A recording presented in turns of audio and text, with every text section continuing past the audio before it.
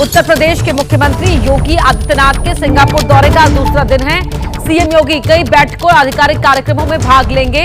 योगी आदित्यनाथ आज सिंगापुर के कई मंत्रियों से मुलाकात भी करने वाले हैं। आज ही उनकी सिंगापुर के राष्ट्रपति श्री थरमन शनमुगारत्नम के साथ भी मुलाकात है, जो भारतीय समय के मुताबिक दोपहर 12:30 बजे होनी है। प्रदेश में इन्वेस्टमेंट लाने के लिए योगी आज से 4 दिनों के विदेश दौरे पर हैं। मुख्यमंत्री योगी के इस दौरे का मकसद यूपी में ग्लोबल इन्वेस्टमेंट है। इसके बाद आज ही योगी आदित्यनाथ 2 दिन के जापान के दौरे पर भी रवाना हो जाएंगे। तो इससे पहले कल सिंगापुर पहुंचे थे सीएम योगी आदित्यनाथ। आज ऊर्जा मंत्री से भी वो मुलाकात करेंगे और इसके अलावा गृह मंत्री के साथ उनका लंच करने का भी कार्यक्रम है और उसके बाद जापान के लिए रवाना हो जाएंगे सीएम योगी आदित्यनाथ। जापान में भी वो 2 दिन के दौरे पर रहेंगे। और इस वक्त की बड़ी खबर का रुख कर रहे हैं। बड़ी खबर झारखंड से आपको बता दें, जहां दिल्ली जा रहा एक चार्टर्ड प्लेन चतरा में क्रैश हो गया। ये एक एयर एम्बुलेंस थी जिसमें क्रू मेंबर समेत 7 लोग सवार थे। एयर एम्बुलेंस चतरा जिले के सिमरिया के पास दुर्घटना का शिकार हो गई। टेक ऑफ की कुछ देर बाद ही विमान का एयर ट्रैफिक कंट्रोल से संपर्क टूट गया था। रांची से दिल्ली के लिए उड़ा मेडिकल एम्बुलेंस एयरक्राफ्ट रडार से गायब हो गया। एयर एम्बुलेंस के क्रैश होने की सूचना के बाद ही स्थानीय नागरिक और चतरा जिले की पुलिस घटनास्थल पर पहुंची। राहत और बचाव काम शुरू किया गया। अब इस मामले की जांच एयरक्राफ्ट एक्सीडेंट इन्वेस्टिगेशन ब्यूरो करने वाला है। ये तस्वीरें आप देख रहे हैं किस तरह से वहां पर विमान हादसे का शिकार हुआ था। हादसे के बाद जो पूरा इलाका है उसका यहां पर निरीक्षण किया गया है, रेस्क्यू ऑपरेशन किया गया। रात भर ये रेस्क्यू ऑपरेशन चला है। तस्वीरें आपके टीवी स्क्रीन पर हैं। ये 2 तस्वीरें एआईबी अब इस पूरे मामले की जांच करेगी। क्रैश हुआ है ड्यू टू थंडरस्टॉर्म। तो जैसे हम लोगों को इन्फॉर्मेशन पता चला, हम लोग मेडिकल टीम के साथ जो है रश किए यहाँ पे। टोटल नंबर अपडेट अगर आप बता सकें। टोटल 7 लोग हैं। इसमें जो है सिविल एविएशन मिनिस्ट्री से जो है टीम आ रहे हैं।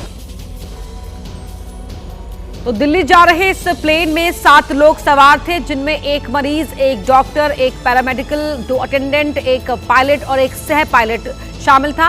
संजय कुमार नाम के मरीज को बर्न इंजरी होने के बाद इलाज के लिए दिल्ली लाया जा रहा था, लेकिन विमान क्रैश होने के बाद उनकी मौत हो गई। जो विमान क्रैश हुआ है वो उसका संचालन रेडबर्ड एयरवेज प्राइवेट लिमिटेड कर रही थी।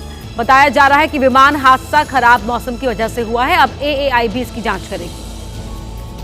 कुछ यहाँ पे जंगल में घटना हुई है, तो हम लोग छानबीन करने लगे, देखे यहाँ तक पहुँचे, देखे सर पायलट दुर्घटनाग्रस्त हुआ है। करीब 7:30 बजे घटना हुआ था सर, लेकिन यहाँ 9:30 2 घंटा के बाद लगभग यहाँ पे लोग पहुँचे हैं। जबकि हम लोग का यहाँ से घर 7 किलोमीटर है।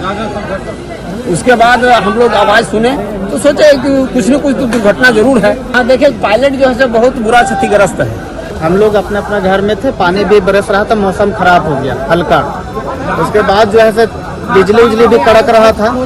कड़कने के बाद जो है 2-3 बार बिजली कड़का। उसके बाद तुरंत जो है इधर से भी आवाज गया, दम करते करते गिर गया दम।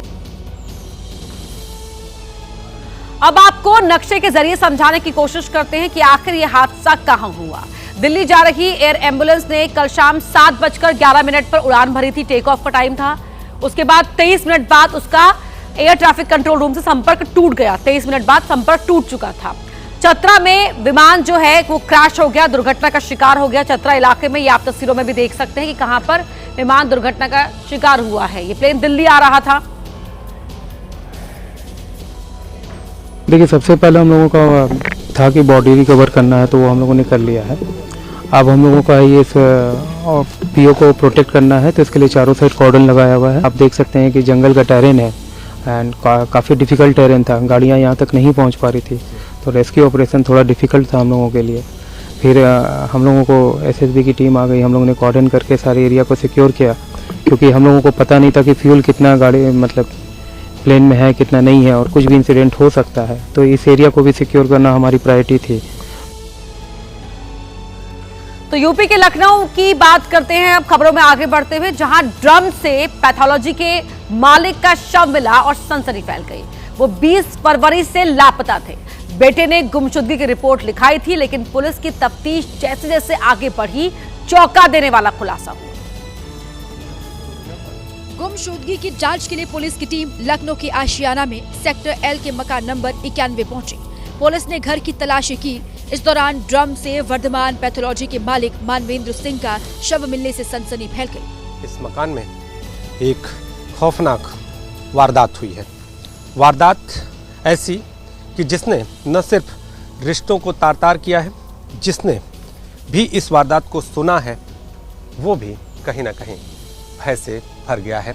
मानवेंद्र सिंह की 20 फरवरी से कोई खबर नहीं थी।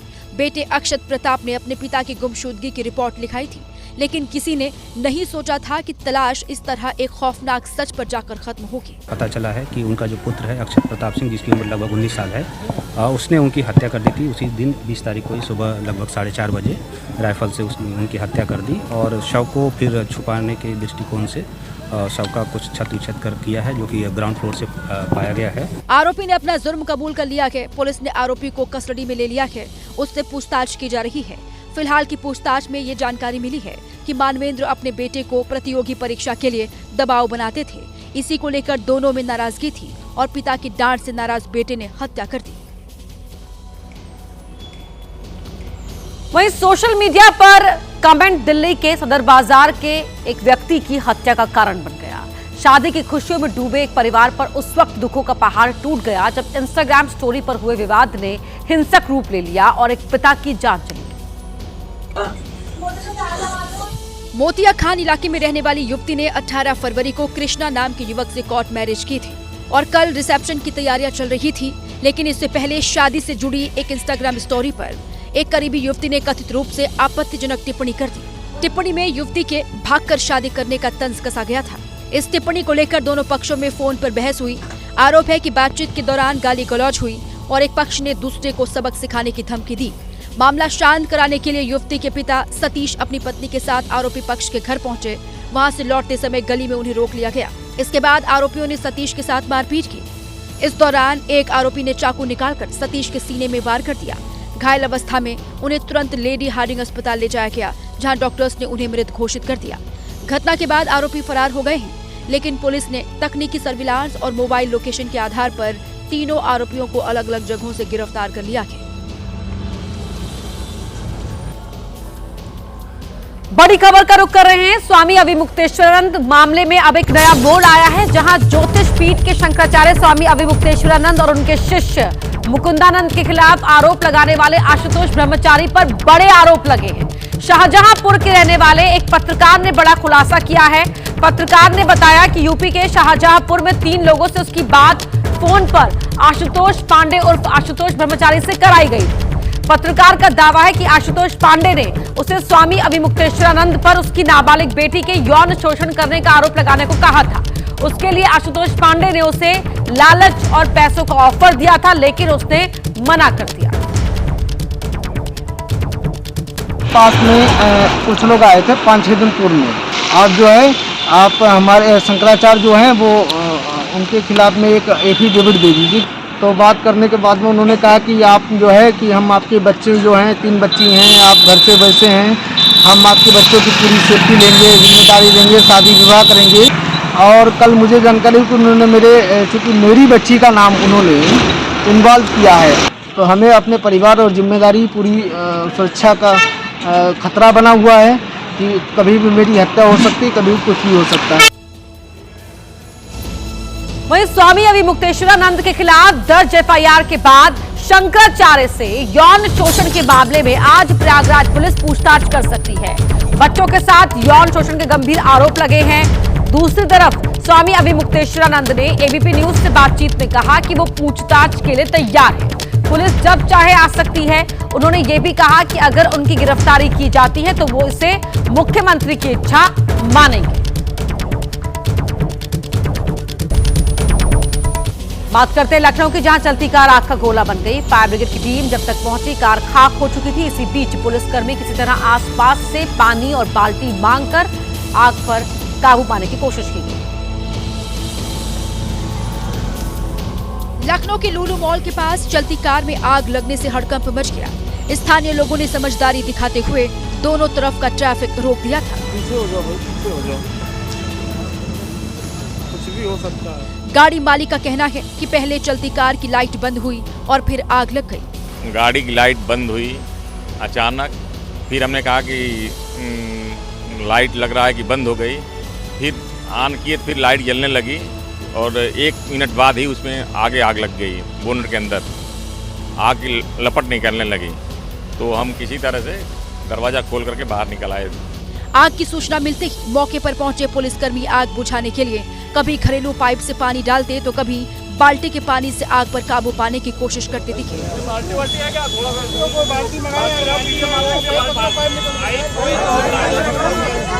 फायर ब्रिगेड की गाड़ी जब तक पहुंची तब तक स्थानीय लोगों और पुलिसकर्मियों ने आग पर काबू पा लिया था। उत्तराखंड के उधम सिंह नगर में कानून व्यवस्था को चुनौती देते हुए अपराधियों ने एक सनसनीखेज वारदात को अंजाम दिया। मामला भी ऐसा जिसे सुनकर पुलिस के भी पैरों तले जमीन खिसक गई। मामला 22 फरवरी की रात का है, जब रुद्रपुर की रहने वाली एक विवाहिता अपने देवर के साथ गांधी पार्क में लगे सरस मेले में घूमकर वापस घर लौट रही थी। जैसे ही वो मोदी मैदान के पास पहुंचे, 2 मोटरसाइकिल पर सवार 3 दबंगों ने उन्हें रोक लिया। बदमाशों ने गोली मारने की धमकी देते हुए युवती को जबरन अपनी मोटरसाइकिल पर बैठा लिया और सुनसान जगह पर ले जाकर गैंगरेप किया। जब युवती ने इसका विरोध करने की कोशिश की तो दरिंदों ने चाकू से हमला कर उसके हाथ की उंगली काट दी। हैवानियत यही नहीं रुकी, आरोपियों ने इस घिनौनी वारदात का वीडियो भी बना लिया और धमकी दी कि पुलिस का दरवाजा खटखटाया तो ये वीडियो वो सोशल मीडिया पर वायरल कर देंगे। पीड़िता की तहरीर मिलने के बाद पुलिस विभाग में हड़कंप मच गया है। पुलिस ने केस दर्ज कर लिया है। मौका वारदात से सबूत इकट्ठा किए जा रहे हैं। आरोपियों को पकड़ने के लिए दबिश दी जा रही है। उत्तराखंड में उत्तरकाशी के जंगल सुलग रहे हैं, लेकिन वन विभाग कहीं नजर नहीं आ रहा। ये हालात तब है जब कुछ दिन पहले वन विभाग ने मॉक ड्रिल कर आग पर काबू पाने की तैयारी की। उत्तरकाशी के धरासू रेंज में कई जगह जंगलों में आग लगी हुई है। ये तब है जब कंट्रोल बर्निंग का समय खत्म हो चुका है और बेशकीमती लकड़ियां जलकर खाक हो रही हैं। ये यमुनोत्री राष्ट्रीय राजमार्ग कल्याणी के ठीक सामने के जंगल की है, जहां आसानी से देखा जा सकता है किस तरीके से जो जंगल की जो आग है वो दिख रही है। जंगल में आग एक ही जगह पर नहीं बल्कि कई जगह पर लगी हुई है। खड़ी पहाड़ियों पर भी जंगल जल रहे हैं। ये हालत तब है जब कुछ दिन पहले ही आग से निपटने के लिए वन विभाग ने मॉक ड्रिल की थी। और इस वक्त की बड़ी खबर का रुख कर रहे हैं। भारत और अमेरिका ट्रेड डील को लेकर कांग्रेस आज मध्य प्रदेश की राजधानी भोपाल में प्रोटेस्ट करने वाली है। इस आयोजन का नाम किसान महाचौपाल रखा गया है। 12:30 बजे से आयोजित होने वाले इस कार्यक्रम में कांग्रेस के सांसद राहुल गांधी और कांग्रेस के अध्यक्ष मल्लिकार्जुन खड़गे शामिल होंगे। दोनों ही नेता किसानों से बातचीत कर उन्हें संबोधित करेंगे। कांग्रेस ने ट्रेड डील को किसानों के लिए खतरा बताया और कहा कि ये डील सीधे सीधे किसानों की कमर तोड़ने वाली है। वहीं प्रदेश के सीएम ने कहा कि भ्रम फैलाने के लिए राहुल गांधी को माफी मांगनी चाहिए। ये जो डरी हुई ट्रेड डील है, ये ट्रेड डील नरेंद्र मोदी ने सबसे ज्यादा घात अगर कहीं पहुंचा है तो मध्य प्रदेश के किसानों को पहुंचा है। सिर्फ किसान को नहीं पहुंचा है, यहाँ के ट्रेडर्स को पहुंचा है, यहाँ के उपभोक्ता को पहुंचा है। मध्य प्रदेश में सोया स्टेट है हमारा, सबसे ज्यादा पीड़ा हो रही है। यहाँ का देश का कृषि मंत्री है, उन्होंने कहा कि किसानों को नरेंद्र मोदी ने बचा लिया।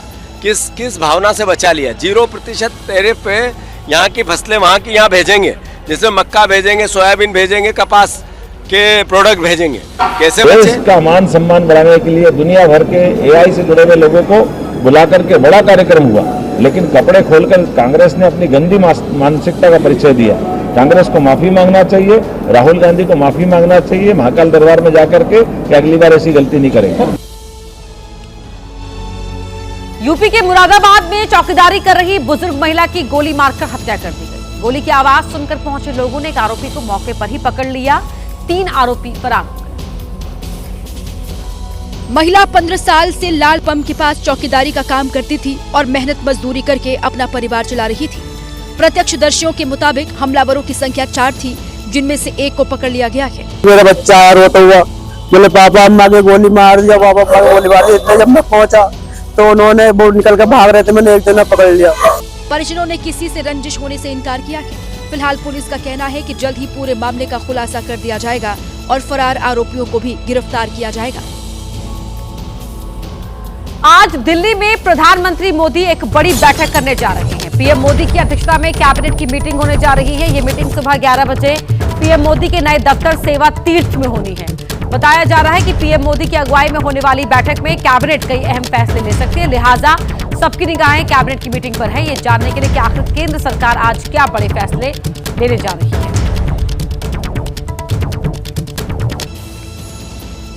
जिसके घर में शादी होती है वो तो बहुत खुश होता है, लेकिन अपनी खुशी के चक्कर में कई बार वो और लोगों को परेशान भी कर देता है। एक ऐसा ही वीडियो जोधपुर से सामने आया है। बारात लेकर जा रहे लोगों ने रिंग रोड पर ही आतिशबाजी करनी शुरू कर दी। पूरा हाईवे जाम कर दिया है। ये लोग पता नहीं कौन है। लोग डरे हुए थे कि अगर आगे बढ़े तो आतिशबाजी की चिंगारी से उन्हें नुकसान हो सकता है, लेकिन बारात के जश्न में डूबे इन लोगों को कोई मतलब नहीं था। हाईवे के बीच में इस प्रकार से रोककर पटाखे जला रहे हैं, ये कौन सा तरीका है? आमजन परेशान। एक तरफ बाराती उपद्रव मचा रहे थे तो दूसरी तरफ फोटोग्राफर भी बिना कुछ सोचे समझे दूसरी तरफ खड़े होकर वीडियो रिकॉर्डिंग कर रहे थे। ऐसा लग रहा था कि इन्होंने हाईवे ही बुक कर लिया है। इन्हीं बारातियों का एक दूसरा वीडियो भी सामने आया, जिसमें चलती स्कॉर्पियो से एक शख्स बाहर लटका हुआ दिखाई दिया। इस स्कॉर्पियो वाला ने पटाखे जलाए, पूरी रोड हाईवे जाम कर दिया था और अब स्टंट भी कर रहा है चलती रोड पर। जिस चलती स्कॉर्पियो से बाराती लटका हुआ था, उस स्कॉर्पियो पर पुलिस का लोगो भी लगा था। मध्य प्रदेश के कटनी जिले से अनोखा और हैरान करने वाला वीडियो सामने आया है। ढीमरखेड़ा तहसील के सडार जंगल में एक बाघ को प्राचीन शिवलिंग पर अपना सिर रगड़ते हुए देखा गया। वीडियो में साफ दिख रहा है, बाघ बड़े ही शांत स्वभाव से शिवलिंग के पास पहुंचता है, अपना सिर और जीभ रगड़ता रहता है, जैसे कोई श्रद्धालु भक्ति में डूबा हो। ये प्राचीन शिवलिंग सडार गांव से महज 400 मीटर दूर स्थापित है और ये नजारा बीते बुधवार देर शाम का बताया जा रहा है। यहाँ आसपास के ग्रामीण इलाकों में बाघों और चीतों की मौजूदगी कोई नई बात नहीं, लेकिन इंसानी बस्तियों के इतने करीब बाघ का इस तरह का व्यवहार चर्चा का विषय बना हुआ है। कुछ लोग इसे भक्ति से जोड़कर देख रहे हैं, तो वहीं वन अधिकारियों का मानना है कि जंगली जानवर अक्सर अपनी गंध छोड़ने या खुजली मिटाने के लिए पत्थरों या ठोस वस्तुओं पर सिर रगड़ते हैं। पेट्रोलिंग टीम फिलहाल इलाके में नजर बनाए हुए है और ग्रामीणों को जंगल में नहीं जाने की सलाह दी गई है।